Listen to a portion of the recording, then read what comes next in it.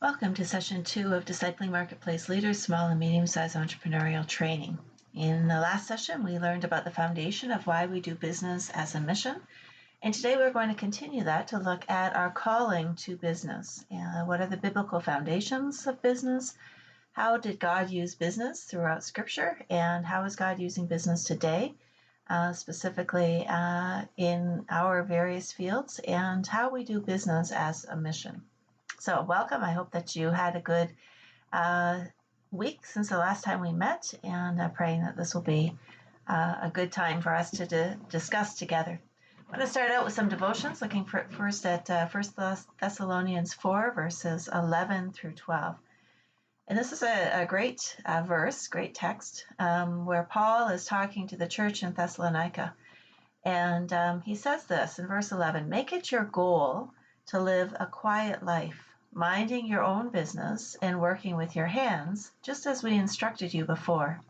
Then people who are not believers will respect the way you live, and you will not need to depend on others."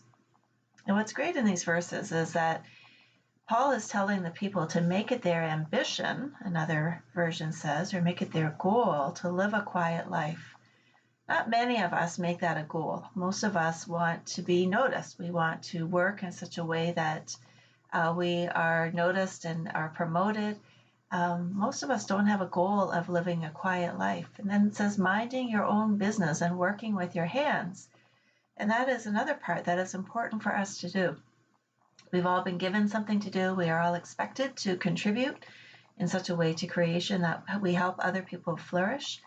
But it is this working and minding our own business and living a quiet life that will give a testimony to non-believers, to win the respect in the way that we work, in the way that we live, and also keeps us from being dependent, helps us to flourish for ourselves, as well as helping other people flourish. So there are 4 main things that we see from this.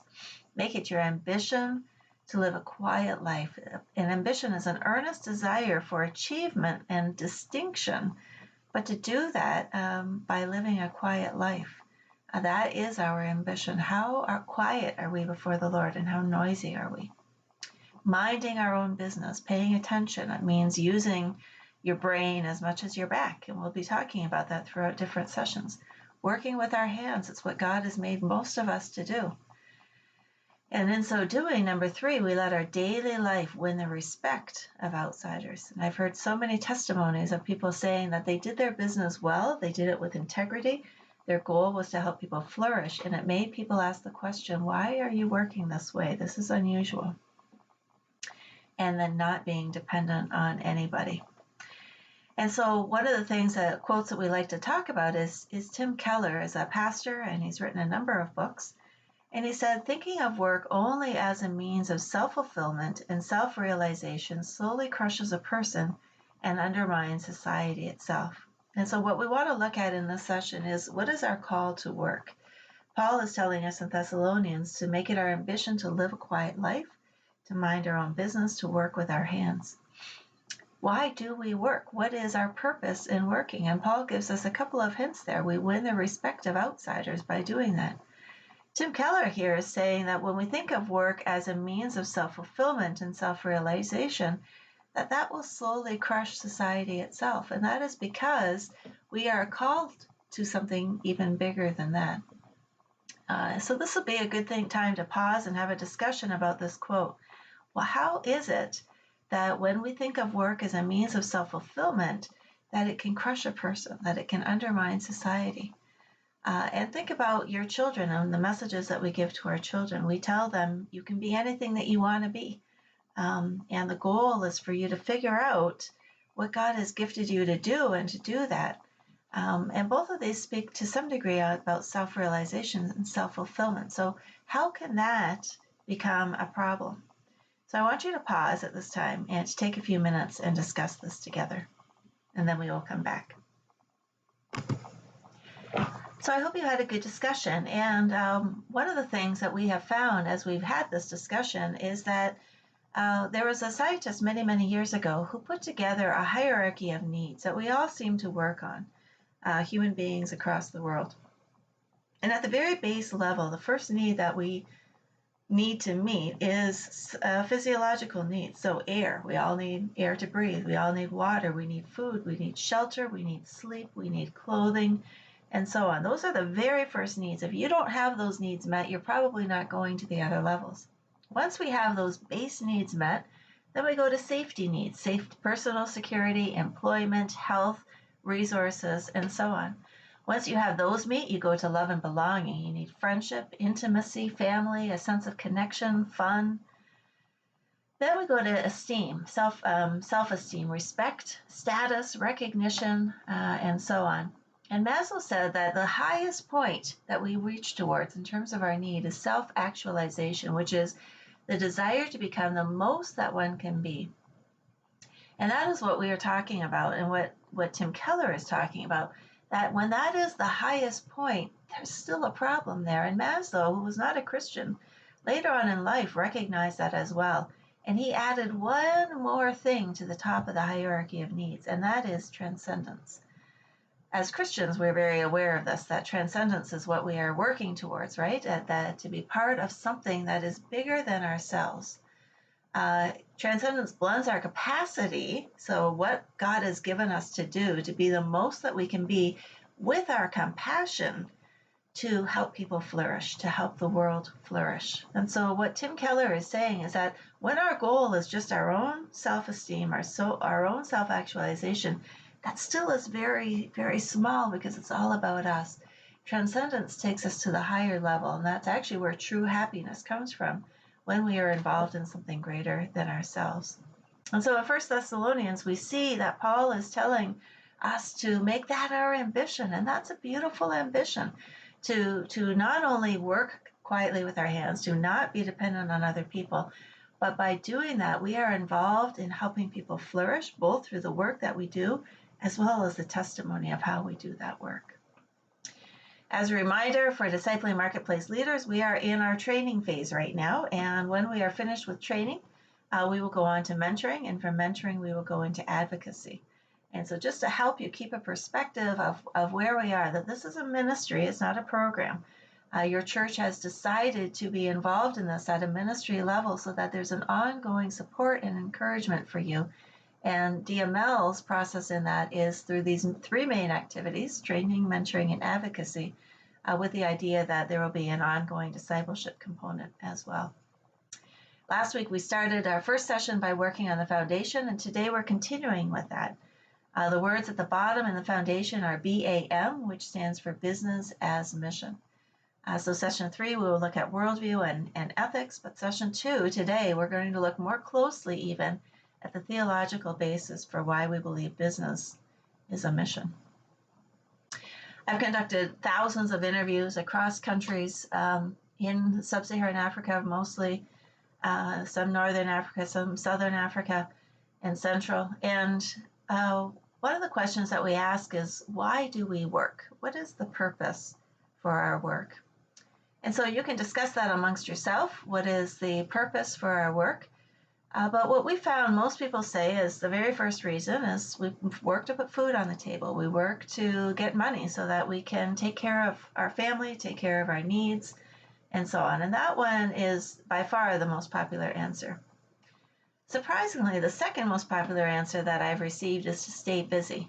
And so I think there's a sense in that our business isn't really, making us much of a profit. And so we do it because the Bible says, or actually many taxis in Liberia say, no food for lazy men. And so we do it because God tells us to work, or we are supposed to work. We are supposed to stay busy. And so we work for that reason. A number of people will tell us that they work for their self-identity. We are known by what we do. And so we say our name often when we are introducing ourselves. And very quickly after that, we will say how we identify ourselves. I am a teacher. I am a doctor. I am a pastor. And we identify ourselves by what we do. And so it helps us to know who we are. And that's why we work or look for a vocation. Some people are working in order so that someday they don't have to work, to retire and to live well, to live for the payoff. We are working and we say, I've got 11 more years before retirement, or I have 8 more years, or whatever it may be. Or I'm working so that don't have to work on the weekend and I can enjoy myself. And so those are some of the big reasons. And the last one that we will hear is that we work because it's part of the curse. And we've heard entire denominations have that response. And that's really quite a sad response, because we will look today to the Bible to see what God's perspective is on why we work. And for the most part, it's none of these reasons for our primary perspective. So we believe that there is more to work than what we are saying. And so I'd like us to watch this video to get an idea of what else there might be in work. So let's watch this.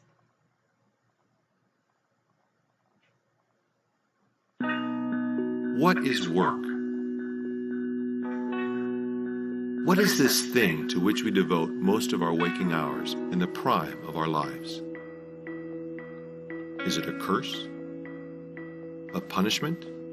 A burden? A responsibility? Why do we work? What is the purpose?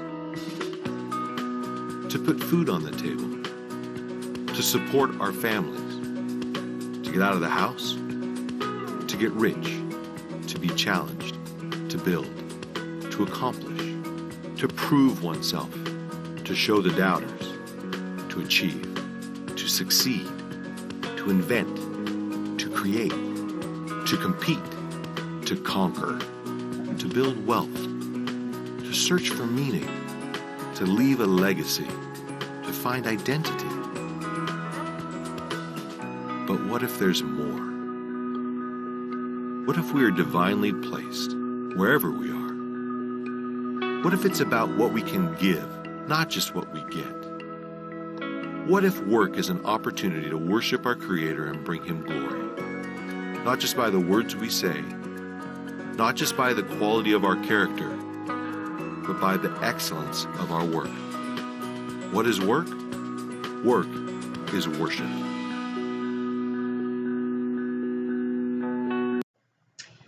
And so we looked at that last session a little bit as well, that work is worship. We work for a much bigger purpose than to put food on the table, although that is part of why we work.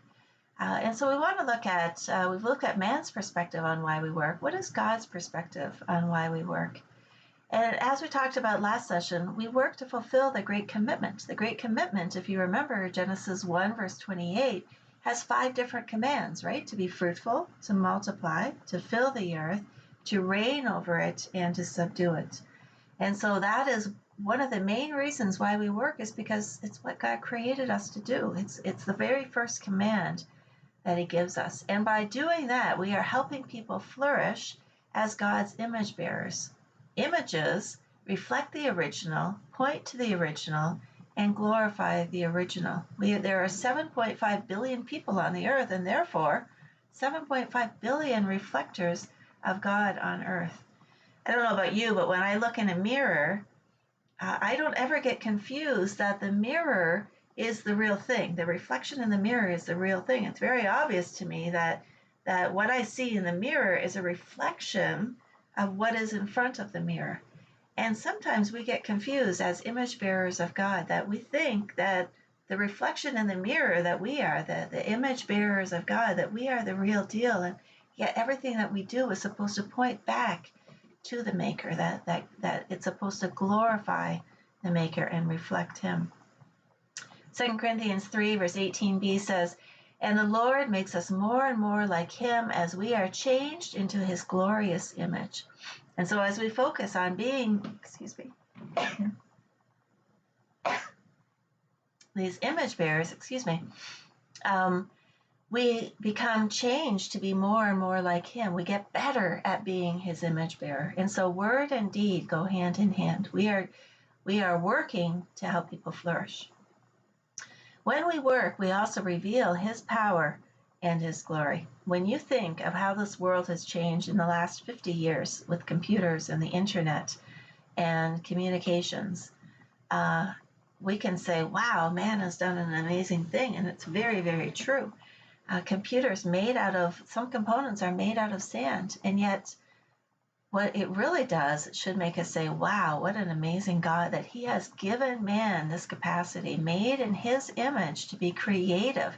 And so it's a reflection of his power and his glory. When we take sand and we figure out how to make computer components, when we figure out how to do surgeries, when we figure out how to build high tower buildings, all of these things are amazing reflections of the creativity that God has created us with to be co-creators with him.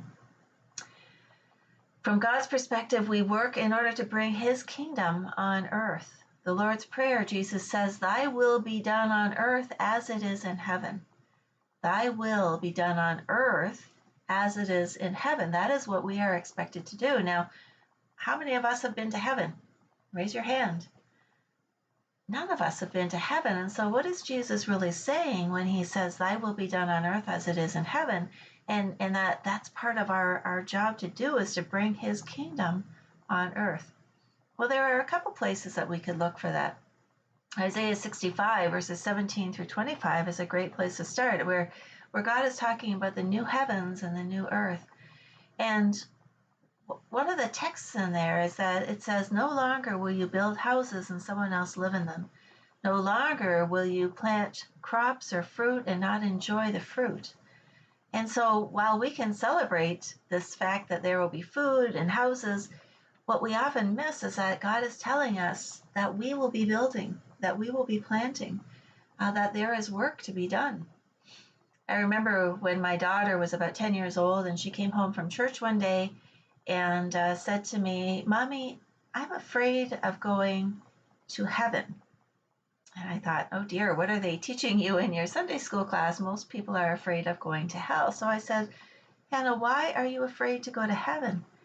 And she said, "Well, I like going to church and singing songs is good, but I'm good for about 2 hours and then I start getting bored." And she said, "In heaven, I'm told that it's going to be 10,000 years and even longer, that we will be sitting on clouds and singing worship songs. A 10,000-year-long worship service does not sound good to me."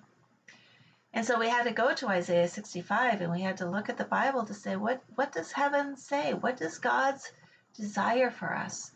And even as we look at Genesis 1 and we look at the purpose, the reason that we were created, and what it was like before the fall, we see that we started in a garden with an expectation to work. And then when we look at the end of the Bible, we see that Revelation takes place in a city, the city of Jerusalem. And so we start in a garden, we end in a city, and there continues to be work to be done. In fact, the parable of the talents and the minas, we see that the reward for those who took those talents and doubled them was not, "Welcome, thy good and faithful servant, come in and sit down and put your feet up and you will be served."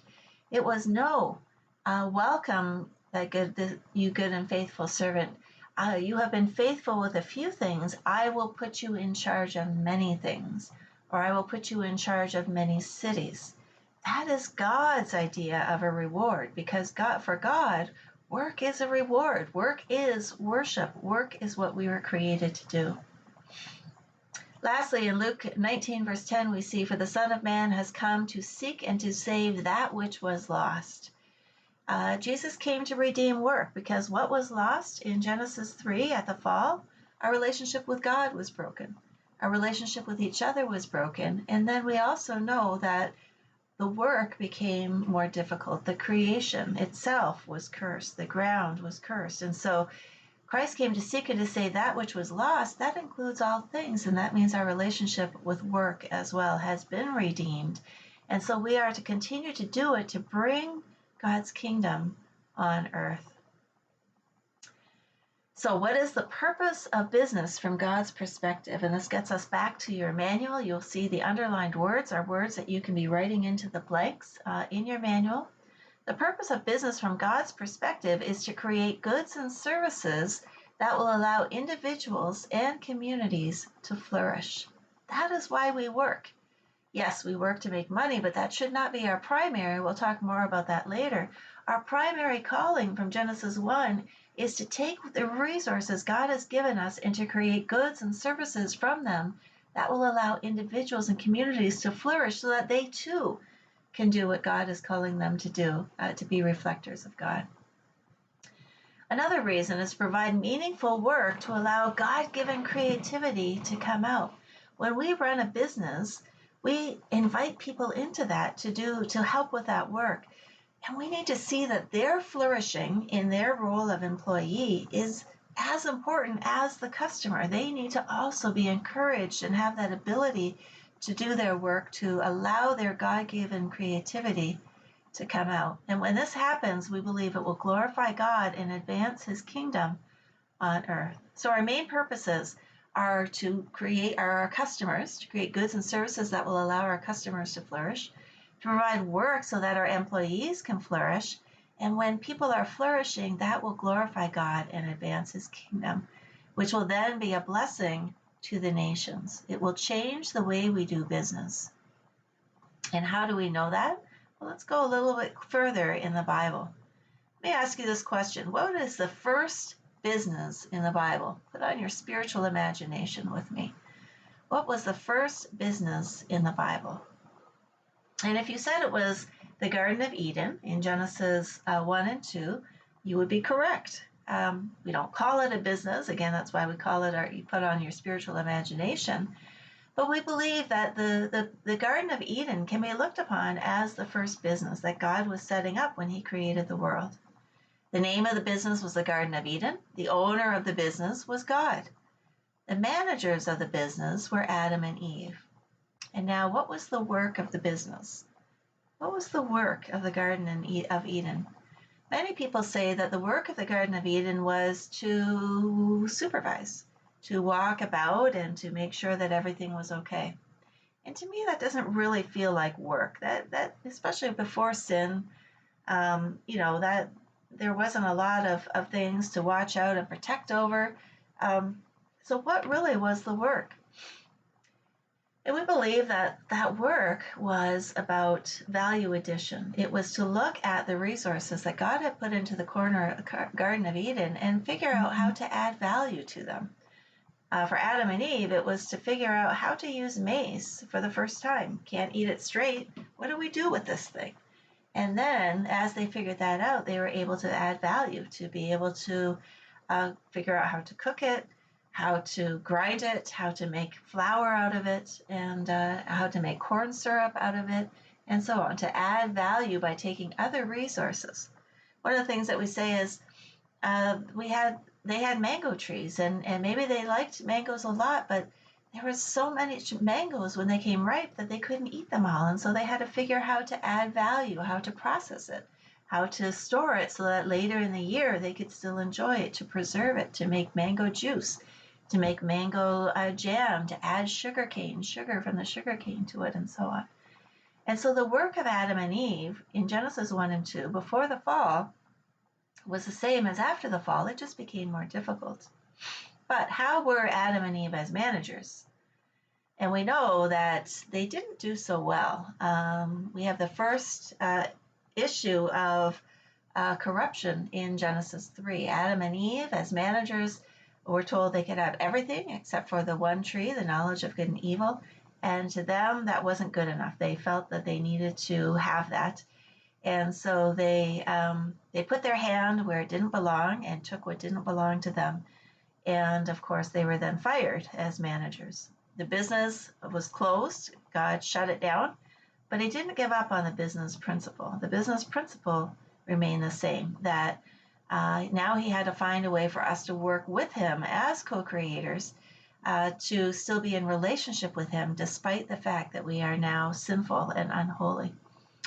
And so this is the first business in the Bible. And from this, we can see, again, the 5 commands that link together as a chain. Be fruitful, multiply, fill, subdue, and reign. Those are the 5 things that God is calling us to do. And so fruitfulness relates to both procreation, having children, but also productivity, because the reality is you can't have one without the other. If Genesis 1:28 was only about procreation, having children, we would have 7.5 billion people in this world without food, shelter, clothing, and so on. Once you start having children and multiplying, then you also need to be producing so that they can flourish. Genesis 28 verse 4 takes that same word, the fruitfulness that we see in Genesis 1:28, and it expands it to show a broader meaning. So it says, the fruit of your womb will be blessed, and the crops of your field, and the young of your livestock, the calves of your herds, and the lambs of your flock. Your basket and your kneading trough will be blessed. And so we see in this that there is a fruitfulness that goes on in many different areas, not just in the fruit of the womb. So work became more difficult as a result of the fall, but pre-fall work was gardening and farming, processing, organizing, and exploration. And that was what we were called to do in Genesis 1 and 2 before the fall. That's what we were made to do. That was the purpose of our creation. And one of the things that's important for us to remember is that what God did in 6 days is astonishing, truly astonishing, what he created in 6 days. But what is equally astonishing is what he did not do. He created animals, but he didn't name them. Naming is a very important task, and God knows that when you name something, you develop a relationship with it. When you name your child, if you've ever had a goat or a chicken, I remember when we lived in Liberia, we had chickens, and the biggest mistake you make is in allowing your children to name those animals, because once you name them, then you don't want to eat them anymore. And so God gave that to Adam and Eve to begin developing that relationship with them.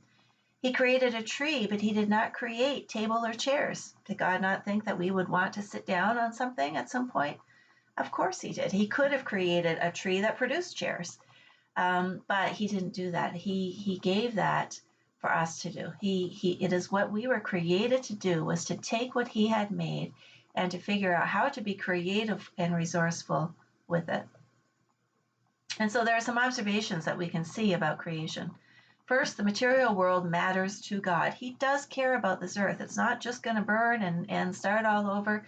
The city of Jerusalem comes down in Revelation, and he created the world for sustainability. 7.5 billion people are being sustained in this closed system. There's nothing new that's being entered into the earth other than what God had already provided. And he created it for sustainability, the seeds, the animals that would reproduce, and it matters to him. Human beings are called to be stewards, not owners of creation, as our second observation. Adam and Eve wanted to act like the owners. We continue to want to be acting like owners, and yet God remains the owners. We are trustees. We are managers of our businesses. We are not owners. We are to be reflecting God as the owner of our business in a way that will point people to God in the way that they do their business.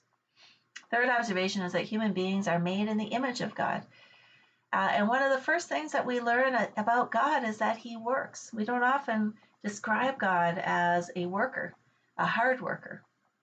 We think of him as the great physician, as Emmanuel, God with us, as the Alpha and the Omega, as being omnipotent and omniscient. But God works. It's one of the first things that we learn after we learn that God is very creative.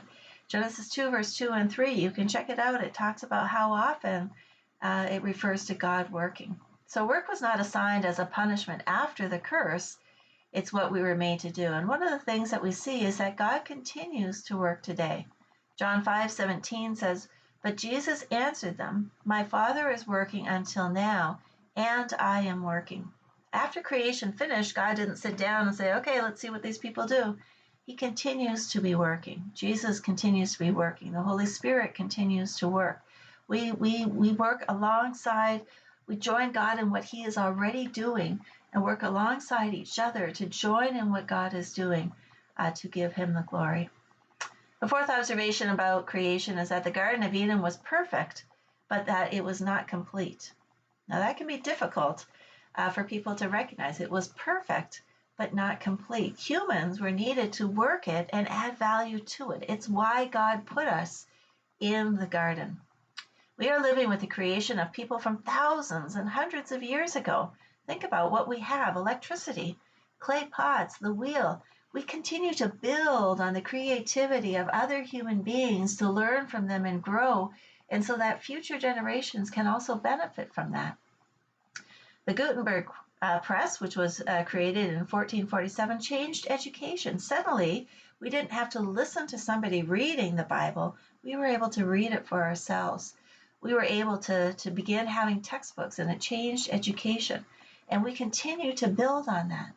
What will be our legacy? What will people look at in future generations for the time and the period that we are in now? What are we helping to create that other people will be able to continue to build on and make any better? We have been made to add value to what God has given through previous generations and through the continued resources that we have. For me, Deuteronomy chapter 8 is a delightful chapter that shows what God meant and what God's desire is for his people. And so let's read that together. In Deuteronomy chapter 8, we are hearing the story of the people who have wandered in the desert for 40 years. And what happened to them during that time in the desert. And now they are about to be ready to enter the promised land. And so they are given a reminder in Deuteronomy chapter 8, verses 2 through 4. And it says, "Remember how God led you all the way in the wilderness to humble and test you in order to know what was in your heart, whether you would keep his commands. He humbled you, causing you to hunger and then feeding you with manna, to teach you that man does not live on bread alone, but on every word that comes from the mouth of the Lord. Your clothes did not wear out, and your feet did not swell during those 40 years. And so we see in this text that God gave them manna when they were hungry. He also helped their feet not to swell. We know that he did give them meat, quail. And here's a funny thing. In verse 4, your clothes did not wear out. So during these 40 years, imagine with the sun and the sand and the wind, that their clothes did not wear out, and God provided them everything that they needed. Well, now they're getting ready to head into the promised land, and we believe the promised land is going to be even better than the desert, right? Let's see what it says. Verses 7 through 9 said this, "For the Lord your God is bringing you into a good land, a land with brooks, streams, and deep springs gushing out into the valleys and hills, a land with wheat and barley, vine and fig trees, pomegranates, olive oil, and honey, a land where bread will not be scarce and you will lack nothing, a land where the rocks are iron and you can dig copper out of the hills." So this is the promised land that is being described here. And one thing we want to ask the question of, once they enter the promised land, does God continue to provide manna for them? It says in verse 9, a land where bread will not be scarce. So maybe he continues to provide it. But we know that as soon as they entered the promised land, that provision was stopped. So where was the bread going to come from? They had to make it. They had to get the wheat. They had to plant the wheat. They had to process the wheat. They had to create the bread. It says that there's a land, the land is where rocks are iron and you can dig copper out of hills. That sounds like a lot of work.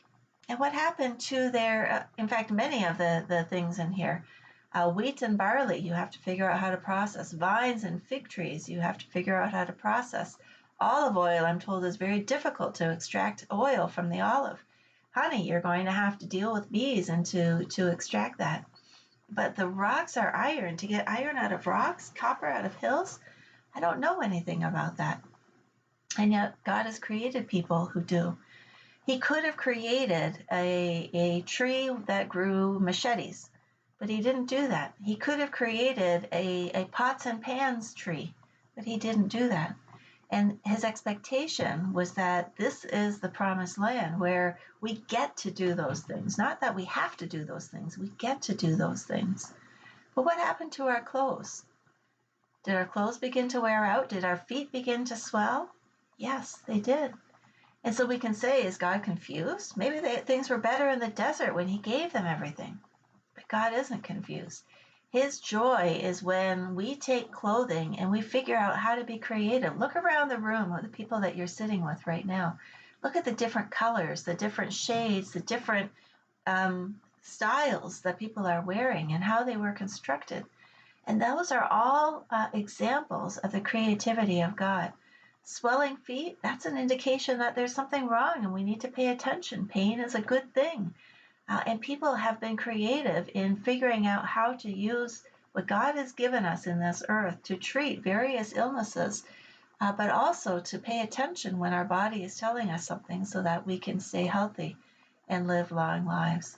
And so this is a joyful thing to recognize that the promised land is filled with work opportunities. And that for God is a blessing. Now, one of the things that we looked at in the Great Commission is Matthew 28, where we are told to go and make disciples of all nations. But we see even further that we have a call to creation itself. And our call to creation is to preach to all creation. Mark 16:15 goes further than Matthew 28.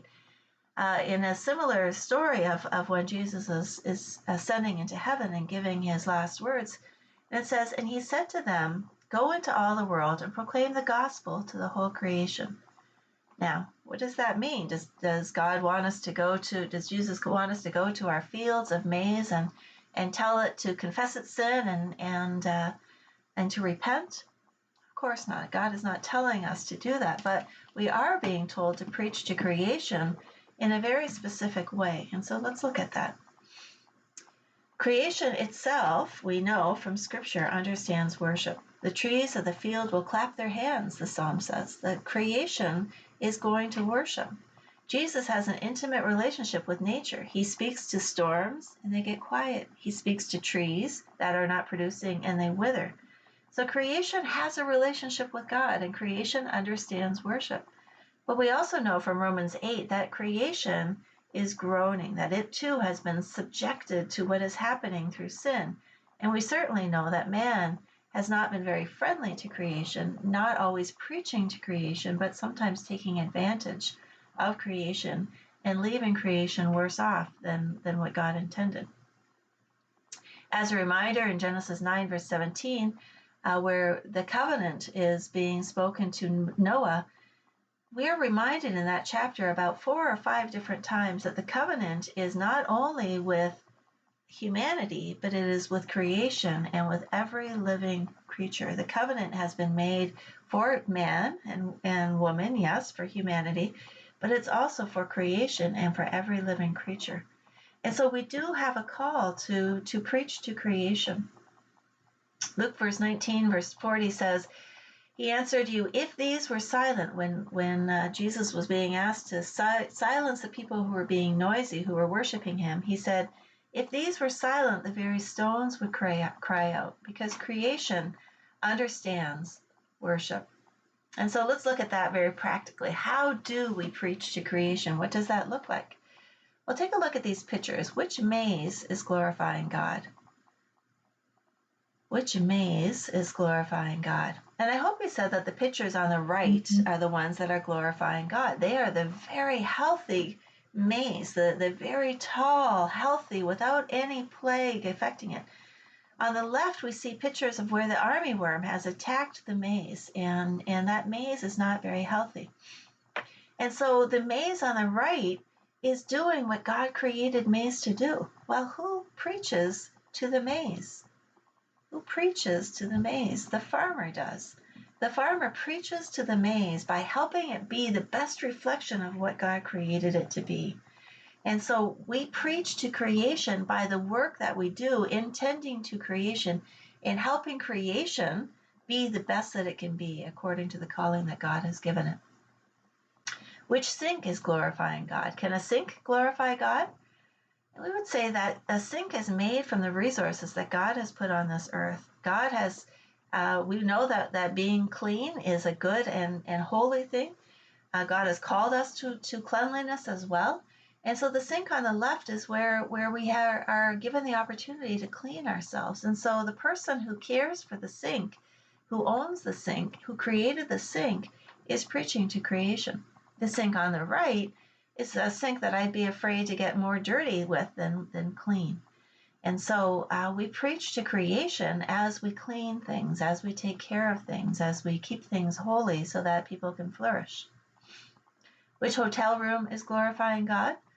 And it's pretty obvious that the hotel room is designed for people to sleep, right? And sleep is very important for our brain to do the house cleaning that our brain needs to do every night so that we can function the very next day. If you don't get sleep, you know your head starts to get a little cloudy. You don't think very clearly. And a hotel room is supposed to help us do that. Now, the hotel room on the left, I don't think I would get much sleep in. The hotel room on the right, I think I would sleep. And the person that preaches to the hotel room is the person who owns it, the person who cleans it, who creates an environment in which people can flourish by getting the sleep that they need so that they can do what God has called us to do. And so we see that we are to preach to the creation through our work, to whatever it is that God has allowed us to do or given us to do. We need to help it be the best reflector of its maker. And we do that whether we are cleaning floors, whether we are working in banks, whether we are working in hospitals, whether we are fixing cars, whatever it is that we are doing, we need to help the item, the room, the people, whatever it is, to flourish and to be the best that it can be. And that is how we preach to creation. St. Francis of Assisi says, preach constantly. When necessary, use words. Preach constantly. When necessary, use words. And so you are preaching in your business. You are preaching in the work that you are doing. And each of us have been called to live out various aspects of who God is in unique ways. God is a God of many different characteristics, and we speak of those characteristics when we pray, when we read the Word, when we worship. And yet, as co-creators with God, we have been also called to live out some of these different various relationships. Again, remembering that God did not call us to be employees, but He called us to be co-creators. And so there are 6 different characteristics of God that I'd like us to work with, to look at, and I'd like you to identify which ones you are fulfilling in your life. And the first is that God is a redemptive God. One of the characteristics of God is that He saves and He reconciles people to Himself.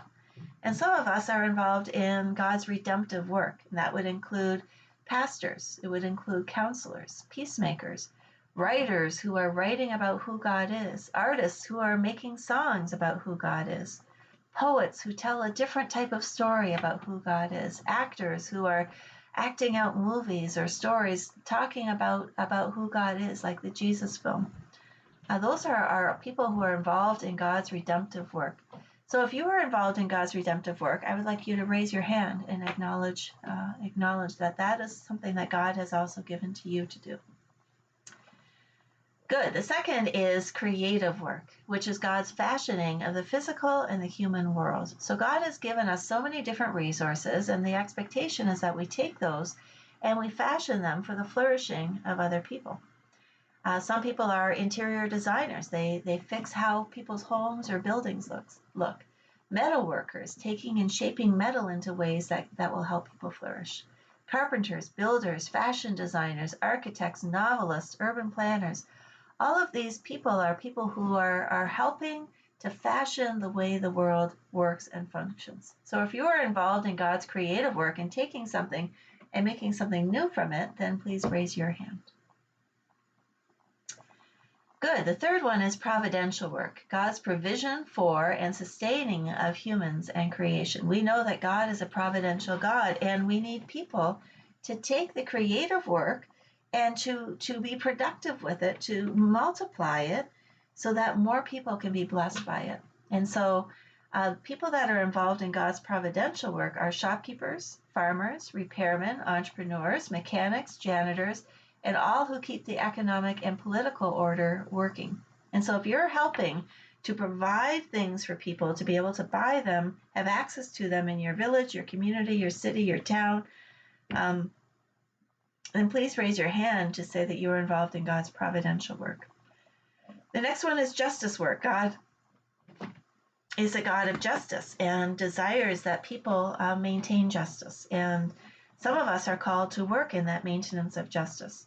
And that would include judges, lawyers, city managers, prison wardens, prison guards, police officers, and all those who are involved in the maintenance of justice. So if you are involved in God's justice work, please raise your hand.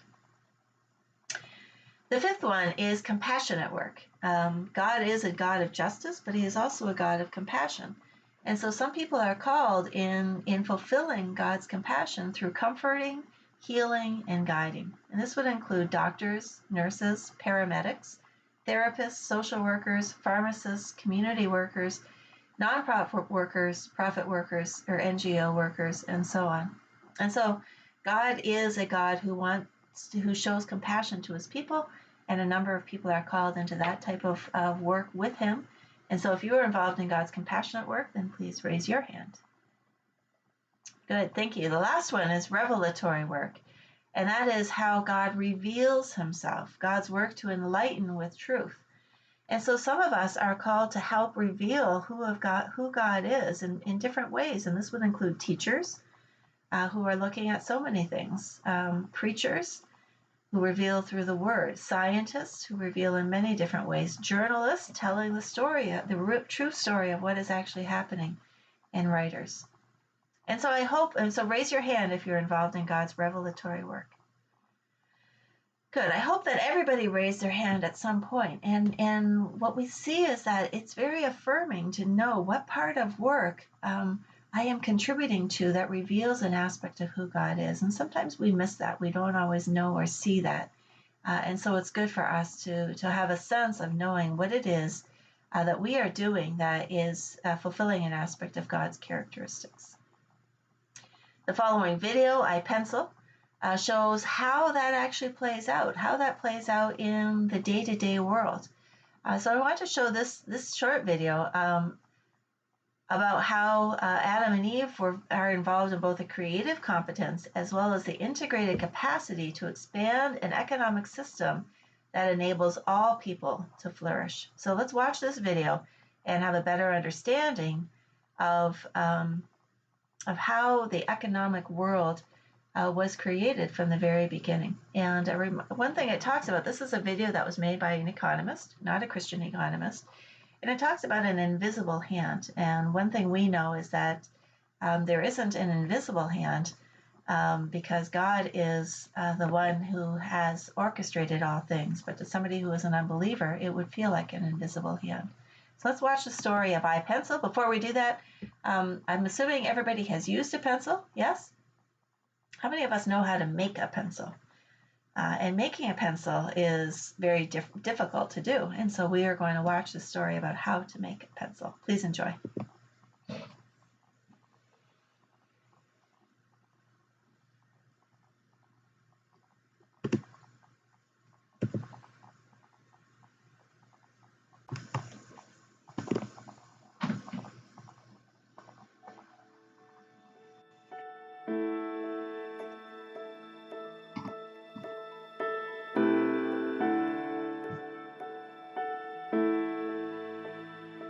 This is the world we live in.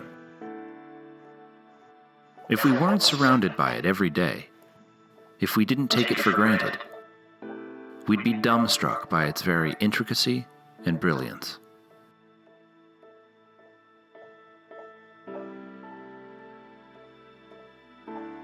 This is an ordinary, familiar wooden pencil.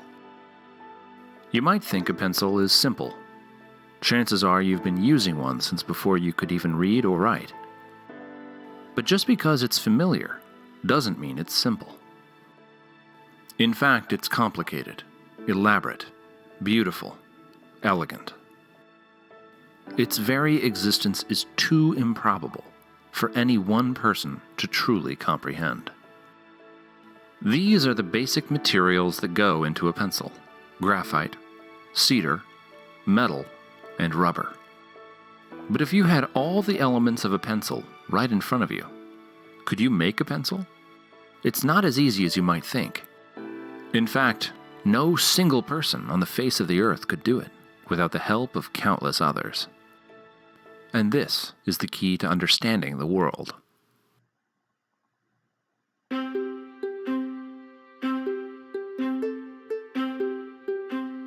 A pencil, just like you and me, is the end result of a vast and intricate family tree, a symphony of human activity that spans the globe. Through their work and knowledge, a vast number of people have had a hand in making this simple pencil. Unlike your family tree, This one begins with an actual tree. The most immediate ancestor of the pencil is a cedar tree in the Pacific Northwest. But the loggers who harvest the timber are also its ancestors.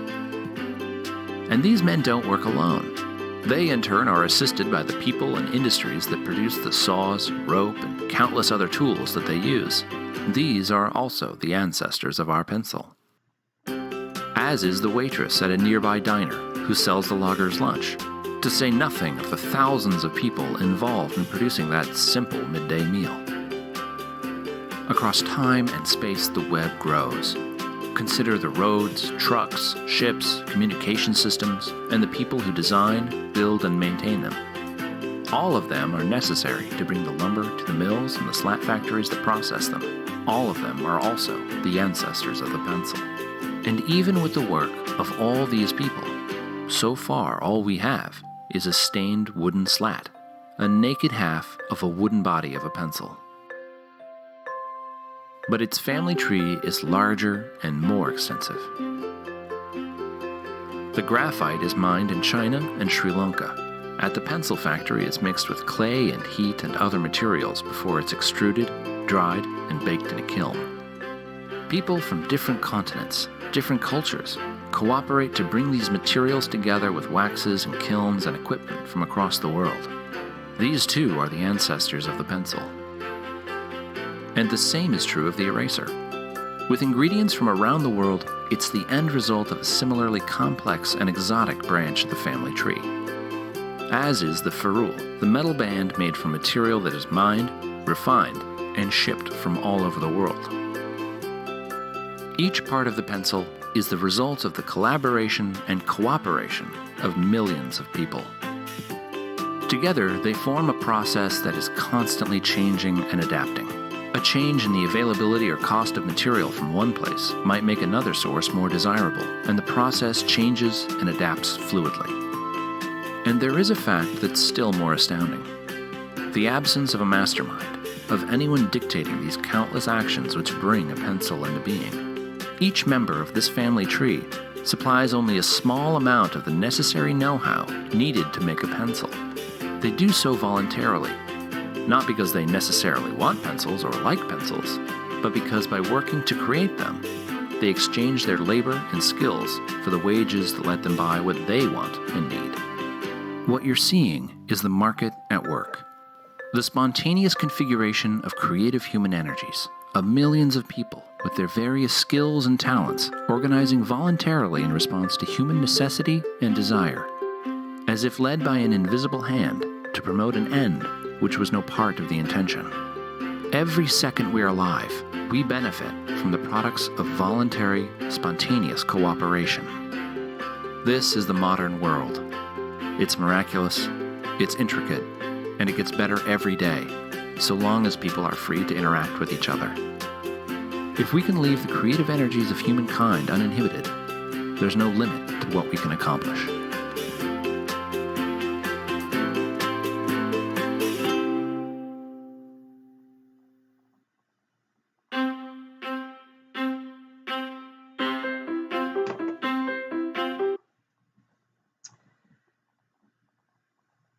All right, I hope you enjoyed that. It's a little video that I do love because it just reminds me of how we are all working together, even though we don't necessarily understand that we are working together, or maybe even understand that God has called us to work together. Whatever it is that God has given us to do, it fits into this huge, massive framework as described just for the making of a pencil.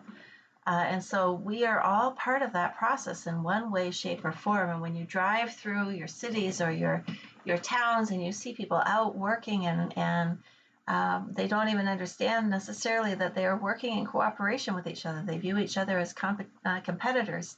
And yet we see that God is this invisible hand that put this together for us to be self-motivated to do work, whether or not we acknowledge him or not, whether or not we acknowledge him as the creator and our God. So it's a great little video that can be inspiring us to recognize our place and the different characteristics that we fulfill in terms of who God is and in terms of the work that we do. So as we continue to look at the Bible, we believe that Genesis 1:28 and Genesis 2:15 is when God called us to work and gave us a number of different commands. Genesis 2:15, we are being told to work and to care for the earth. But we also can see that God was setting up an economic system. And so the question here, as in your manual, when was gold first mentioned in the Bible? And it's a surprise to see that it was already in Genesis 2, verse 12, which says this: the name of the first river, it's talking about rivers, is Pishon. It flows around the whole land of Havilah, where there is gold. The gold of that land is good. The bdellium and the onyx stone are there. The name of the second river is Gihon. It flows around the whole land of Cush, and so on. Why would God mention gold and as well as precious stones? And so what we can see here is that God is setting up an economic system for us to be able to use these things for trading at some point, knowing that some of us who are just producing tomatoes might want to eat more than just tomatoes. And so already mentioning the economic system that he is setting up in Genesis 2 is an indication of the call that he has given us to work. All right. Going on to the next page in your manual, who are the primary players in alleviating poverty? When you think about institutions, who do we tend to look at for poverty alleviation? And most of us would say that we look at government and we look at the church. What about the primary players in promoting peace? And once again, we often hear the answer that government is involved in promoting peace as well as the church. And my question would be this: where does government get its money in order to be able to have police officers and army? Gets it from the citizens. Where do the citizens get their money? They get it through work, through business. Where does the church get its money? Also from its members. Where do the members get their money? Through business. And so we can say that, yes, government is involved in alleviating poverty. Church is involved in alleviating poverty and promoting peace. But neither of them would be able to do that without business. And so we have to also acknowledge that business plays a primary role in coming up with the funds so that these other things can be done. Businesses take the initiative to solve problems, and they are run by people made in the image of God. That's what business does and needs to be recognized for its very importance. Without business, there would be no church, ministry, and there would be no government, because there would not be anything to pay people or to run the different things that need to be run. And so earlier we looked at the purpose for doing business, and we talked about we do business to help the customer flourish and the employee flourish. But where does profit then fit with the purpose of business? Well, let's think about profit. We said earlier that most people say why they do business, they say they do it to put food on their table and to be able to buy the things that they need. But what happens when profit becomes the main reason for why we do business? Let's look at this example. I need to eat in order to live, right? I need to eat in order to live. I think everybody would agree with that. But what happens if I live to eat? All day long, all I'm thinking about is eating. All I do is just shoving food in my mouth, and then I sleep, and then I go through the motions again. I will become fat, right? My body will begin to break down. I will not be any good to anybody. I'm all about me and satisfying my needs. So we would say the same is true for business. A business needs profit in order to live. But what happens if the business only exists for the profit? The business needs profit in order to grow and continue thriving. But what happens if the business only exists for the profit? If the business only exists for the profit, if profit is the main goal, then any path I take to get there is okay. And that's part of the problem with many of our businesses, even our Christians in business. Profit has become the main goal. Therefore, the customer, and cheating the customer for quality or satisfaction or quantity or whatever, it's okay because our goal is the profit. Even if I'm giving to the church, therefore it must be okay. No, we need to help people flourish in the process. I can take advantage of my employees because my goal is the profit. No, if profit is in its proper place, then we are doing business to help people flourish. And profit is one of the things that we need in order to help people flourish. Profit is necessary for business, but it is a means to an end. It is not the end in and of itself. It should not be the only thing that we're working toward. If our business exists only for the profit, then it doesn't matter how we do business. But the way we do business does matter when God is the owner. It does matter how we do business. God does care about it. That so much of his word speaks about how we do business, how we work, how we handle money, how we treat our neighbor, all of that. And so when we don't have the right perspective on profit, then we do business for the wrong reasons, and it has an impact on the earth. Business people are in the business of solving problems. Their initiatives and inventions and the businesses that sustain them meet real human needs. They allow for people to flourish. Flourishing goes beyond poverty towards a full life. And so those are things that we need to keep in mind. That's what we are in the business of doing, solving problems. Somebody has an issue, and a business person is like, okay, I'll try to figure that out. And they do. And it helps people to flourish. What about the rest of the Bible? How does God use people to further his kingdom? Who are some business people in the Bible, and how did God use them to further his kingdom? And so in your manual, you have a chart that shows a number of different business people in the Bible, starting with Lydia, then Peter, James, and John, Philemon, Amos, David, Luke, Abraham, Job, Paul, Joseph, Daniel, and Jesus. And what I'd like for you to do right now is to pause and to get into some small groups and assign who will take which names, but look through the passages. And I would like for you to answer two questions. What was the role that this person played in the marketplace? What was the business that they were involved in? And why are they in the Bible? How did God use them and their business skills, or their business itself, to further his kingdom?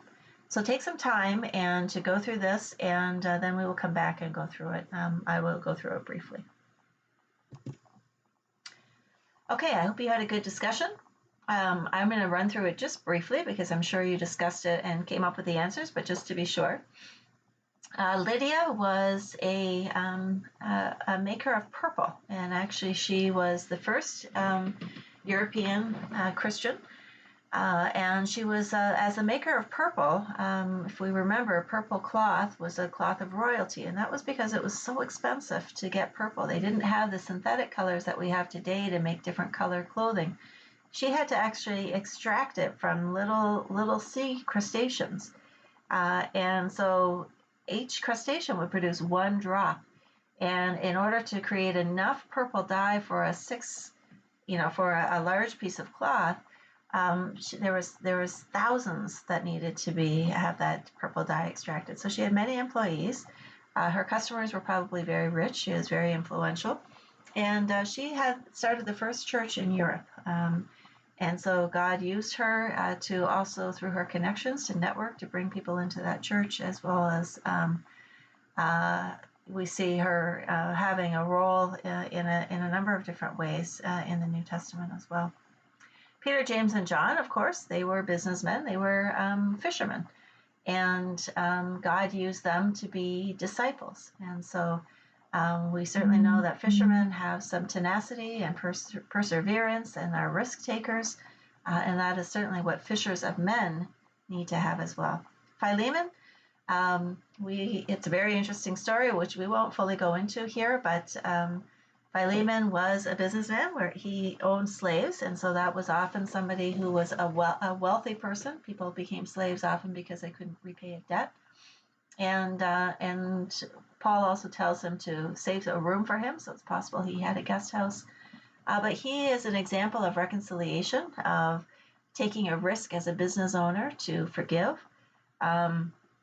And so that is, we believe he was a wealthy business person in the New Testament. Amos was a prophet, right? And so we see his prophecy in the Bible, in the book of Amos, but he also was a herdsman as well as a tree farmer. David was a shepherd. David was also a harp player. He was a musician. He was a poet. And he also knew he had a quadruple bottom line for sure in killing of Goliath. He killed Goliath in part because Goliath was threatening or was being blasphemous to his God. But there was an economic bottom line in there that David saw, that no taxes, a princess, and lots of wealth for his family if he killed Goliath. There was a social bottom line. He was helping his people be able to move further in the war. And an environmental bottom line we don't fully see with David. But David becomes the king because he was attentive to many different reasons in making a decision to assess many different opportunities in terms of then how he was able to rule. And so we see a man of many different gifts and talents, courage for sure, and God used him to then be the king of Israel as well as the great grandfather of Jesus. Luke was a doctor. That was his role in that marketplace. He was also a writer. He wrote the book of Luke as well as the book of Acts.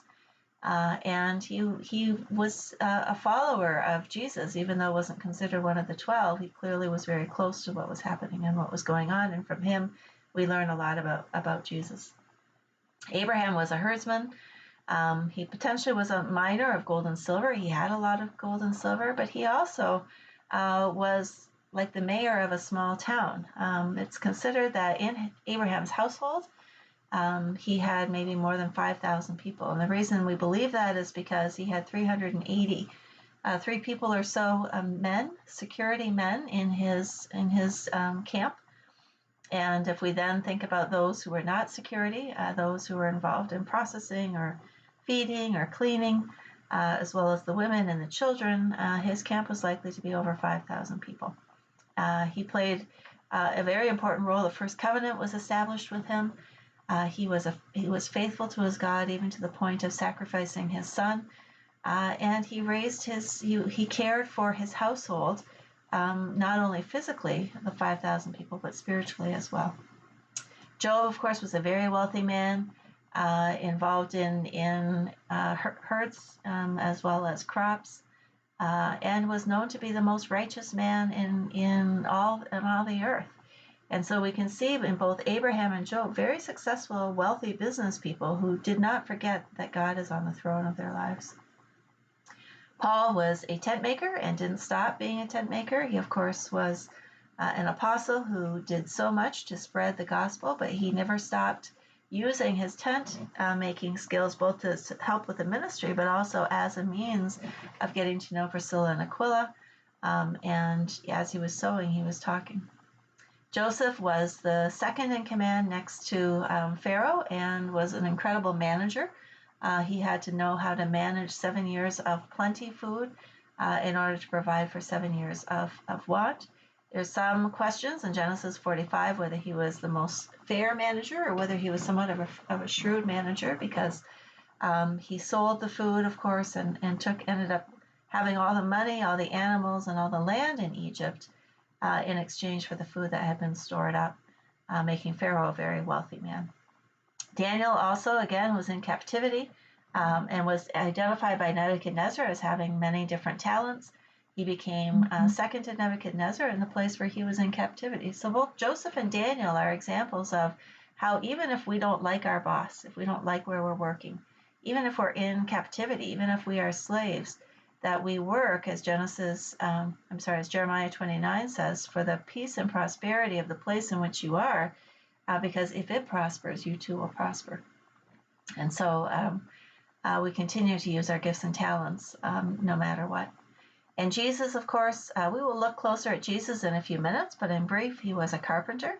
And of course, he is the Son of God and has saved us from our sins. So we can see many different people in the Bible that were business people. And we don't think of them as business people, but God used them very deliberately in raising awareness of who he is, as well as for bringing the kingdom of heaven on earth. So let's look a little more closely at some. This question: where in the Bible do we find the first reference of the Holy Spirit filling and empowering people, and who are they? And many people guess that the book of Acts is where we find the first reference to the Holy Spirit. But actually it's in Exodus 31, verses 1 through 5. Verse 2 says, "I have chosen Bezalel of the tribe of Judah. I have filled him with the Spirit of God, giving him great wisdom, ability, and expertise in all kinds of" what? What is the word that is there? Well, the way we look at the Holy Spirit, we might think that giving him great wisdom, ability, and expertise in all kinds of praying. It doesn't say that. In all kinds of preaching. But it doesn't say that. In all kinds of healing. But it doesn't say that. The first time we see the reference to the Holy Spirit filling and empowering someone, it is to give great wisdom, ability, and expertise in all kinds of crafts. He is a master craftsman, expert in working with gold, silver, and bronze. He is a master at every craft. And so we see the importance of this because God is equipping people to do crafts. If he did it then, he is still doing it today. We can look even further in Exodus 35:35. The Lord has given them special skills as engravers, designers, embroiderers in blue, purple, and scarlet thread, on fine linen cloth, and weavers. They excel as craftsmen and as designers. And so those skills come from the Lord. And we need to acknowledge that those are important skills, gifts that God has given to fulfill the creativity and the beauty that he has designed and set out for in this world. As we mentioned, Jesus was a carpenter. In fact, 85% of Jesus' adult life was as a carpenter. We believe that he's probably started at the age of 10, learning under his father. His father died at an early age. We don't hear from him about Joseph anymore after the age of 12. And so Jesus was the eldest, the firstborn son. He was expected to teach his brothers and sisters what his father had taught him. And so he doesn't start his ministry until the age of 30. So probably about 18 years of Jesus' adult life was as a carpenter, and only 3 years was as doing the ministry. What impact did that have on Jesus? Well, of the 132 public appearances, 122 were in the marketplace. Jesus being a carpenter for that long had a significant impact on where he did his ministry. He was not about being in a building, he was about being with the people. It also had an impact on not only where he preached, but how he preached. Of the 52 parables, 45 had a workplace context: construction, winemaking, farming, ranching, management and labor, crop yield, misuse of money, venture capital in high-risk situations, family-owned business, hostile takeovers, and so on, management, misuse of money and bankruptcy, and so on. And so Jesus spending that much time in the marketplace then helped him to be able to relate to people better as well as a business person. He knew the language that people needed to hear in order to understand the stories, the message of what Jesus has given. And that's critically important for us to understand, that we have the same opportunity as Jesus had in terms of reaching people in our place of work, in our sphere of influence where we are working. The disciples as well, they were fishermen, they were farmers, they were tax collectors. None of the 12 disciples were leaders in the temple or in the synagogue. They were almost all business people in some way, shape, or form. And again, that had an impact on how they behaved after Jesus went, that they knew that they were to spend their time with people in the marketplace. Of the 40 divine interventions recorded in Acts, 39 were in the marketplace. The Gospels as well were written by marketplace leaders. Luke was a medical doctor, Matthew a retired tax official, John was a fisherman, and Mark was part of a wealthy family. So the disciples, our Savior, the Gospels are all business people. And so this is an important thing for us to remember, that business is not an appendix to the mission of the church. It is what the mission of the church is about. It is how the church gets built. Reverend Dennis Tongoy, who is a pastor in the Anglican Church of Kenya and has done a lot of work in the field of business as mission, talks about what hinders business as mission. And so if you look further in your manual, you will see that. What are the barriers to doing business as mission? And for some, Christians believe that are a little hesitant about thinking about profit, that maybe we shouldn't be thinking about profit. But as we mentioned earlier, Matthew 25, the parable of the talents, it's not about maintaining what we have been given, our talents, what God has given us, put in our hands, but it is about multiplying. We are expected to be fruitful and multiply. We are not just expected to look after, but we are expected to add value. The person who received the one bag of talents and they just buried it and gave it back was called to be a wicked and lazy servant. And he returned everything that he was given, but it wasn't enough. It's about multiplying and adding value. God created the world perfect but not complete. We are co-authors with God. Another thing that hinders us doing business as a mission is corruption. A lot of people associate business with corruption, but the reality is that corruption is a human condition, not a business condition.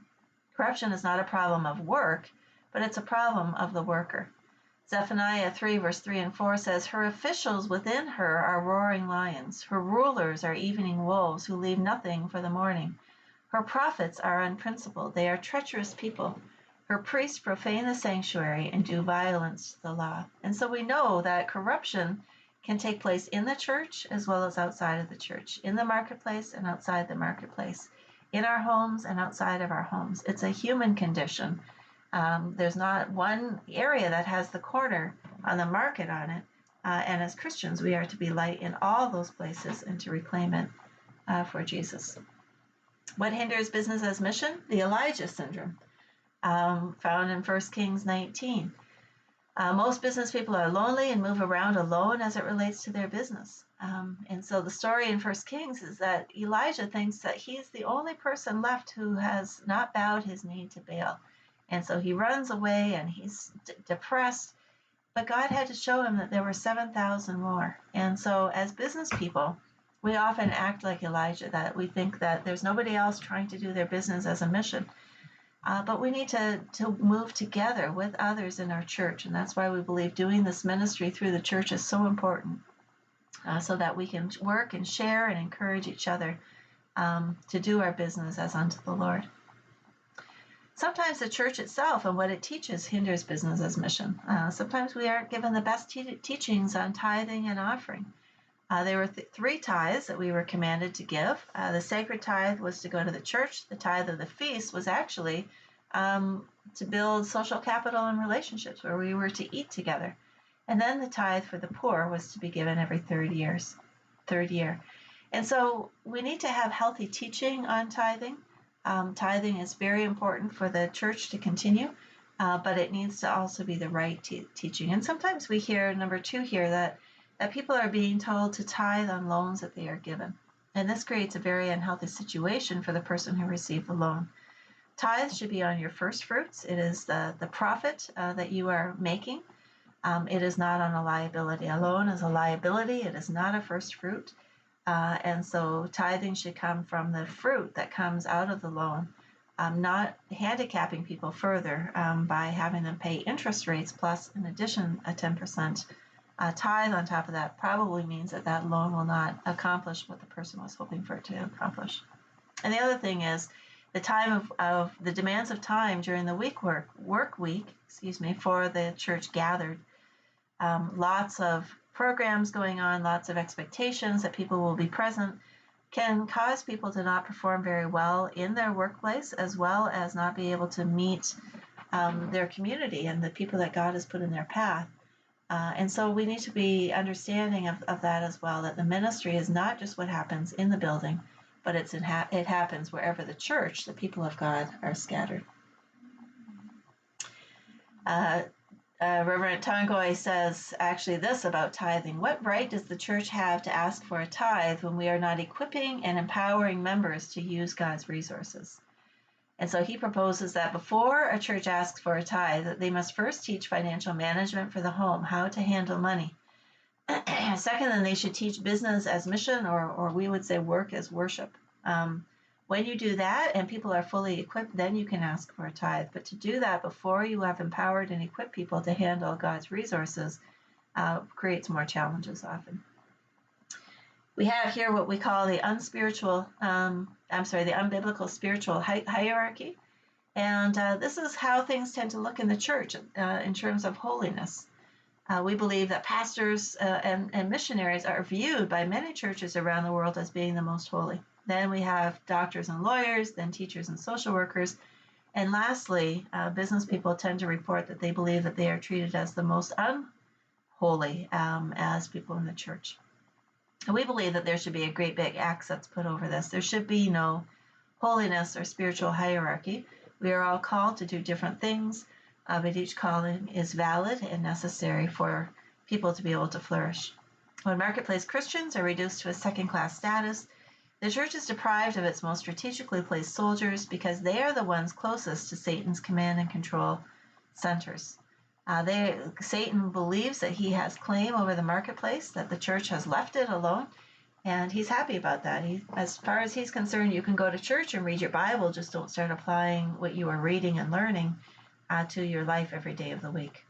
So there's a number of questions in your manual to talk through. And so I'd like you to pause right now and to go through that activity where you look at those questions together and have a discussion about this unbiblical spiritual hierarchy. And then when you come back, we will continue. Thank you. Okay, continuing on then, we want to look at kingdom businesses, and those are people who are doing their business as a mission. And as we talked about in the last session, we talked about the quadruple bottom line that is necessary for every business in order for there to be reconciliation. So according to the Great Commission, we are all to have a missional bottom line. We are all to be making disciples as well as living as disciples. We are all to have an environmental bottom line. We have been given the earth, and we have been told to be stewards of creation. We have an economic bottom line. God is calling us to be fruitful with creation, to help it to grow. And then we all have a social bottom line as well, where we are fulfilling the great commandment by loving our neighbor. And so what we want to take a look at now is, what does this look like for you in your business to have a missional bottom line, an environmental bottom line, an economic bottom line, and a social bottom line. To look at social bottom lines, how does God call you to love your neighbor? Well, employment practices should be exemplary. You're loving your employees. They should show everyone respect and honor. For all people are created in God's image. So who is God calling you to love in your place of business? As an employee, possibly you're called to love one of your employees. Maybe you're one of your suppliers. Maybe one of your customers. Another example, economic. Conduct all financial management honestly, ethically, and with accountability. That could be one of your economic goals that you have, to make sure that everything is done ethically and honestly, and that the reports are very honest. So this is an example of what you could have for a quadruple bottom line relating to economics. Environmentally, you could try to decrease the waste or the emissions in your manufacturing or services that you provide to honor the value of God's creation, remembering that God has entrusted us with his earth. And sometimes we need to look at the amount of waste that we are creating, what we are doing to our physical environment, and how we can make good and positive changes on that. And lastly, missionally, one example of what you could do to have a missional bottom line: commit your business to God through daily prayer and seek his will in every decision.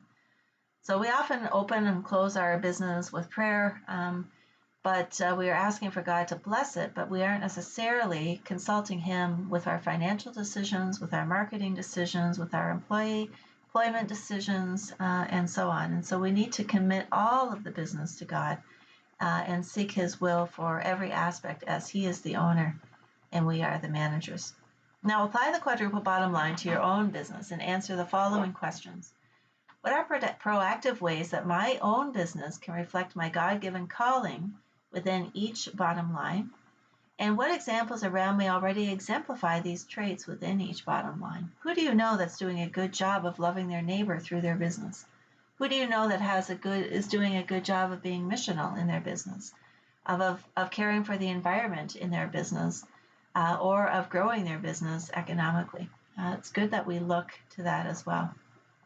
One of the assignments that we have for you is to take this call to prayer seriously in your business. Prayer is essential as we discern and seek God's direction and how to live out our calling in business.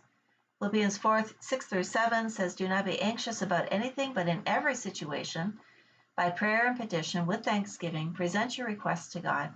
And the peace of God, which transcends all understanding, will guard your hearts and your minds in Christ Jesus." And so we want to figure out how to apply prayer to our business, not just, again, when we open and when we close, but in actually seeking God's direction for how to live out our calling in our business. And so in your book, you will see, in your manual, you'll see a chart that identifies opportunities to build relationships and to pray for people specifically, whether they are employees, customers, vendors, competitors, colleagues, mentors that you might have, people in other lands that God might be calling for you to pray for, shareholders that you have, and then identify the individual by name, and then what you are asking for in terms of interaction with them. So, for example, here we have an employee named Jane, and we are asking God to provide an opportunity for discussion about who God is. And so you may just be asking for an opportunity with a vendor or with a competitor, just to have a discussion about life, just to begin opening the door. That may be your initial prayer, and eventually an opportunity to share about who God is, and eventually an opportunity for them to commit their lives to Christ. But think about who it is that you can pray for in these different categories and develop your prayer chart. So we would like for you to do the evaluation. At the end of every session, we would like for you to do an evaluation. We want to remind you that in order to receive a certificate of attendance, you need to attend 27 out of the 36 hours of class, or basically 9 out of 12 classes. In order to receive the certificate of completion, then we need to have your homework turned in on a regular basis. Your homework from last week was to do the pretest, so hopefully you brought that in. But in this next time, before our next session, we would like you to spend time thinking about your calling to business and your role within the larger business as mission movement. Begin to develop your holistic quadruple bottom line approach and make a commitment to how each bottom line will glorify God. We'll look at that more specifically in session 4 when we do our goals, but we want to have you begin thinking through this quadruple bottom line and how it applies to your business or to your work. This next one is very important. Make a prayer chart for your business that you can begin to implement today.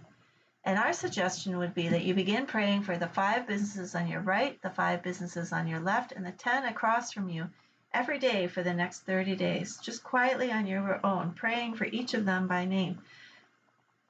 And then see how God will open opportunities for you to have discussions with them and to be able to develop relationships with them. We've heard amazing testimonies of prayer groups that have formed out of this, lives given to Christ out of this. And again, we're not praying that they close down. We're praying for their success. We're praying for you to be present in their lives, in their business, so that people may flourish in your community. Again, Jeremiah 29, when you pray for their flourishing, you too will flourish. So those are the assignments that we would like for you to take for this week. We do hope that you enjoyed the session and spend some time talking together about what God might be saying to you in it. And we will meet you in session 3 to talk about the cultural worldview versus the biblical worldview, as well as ethics. God bless you.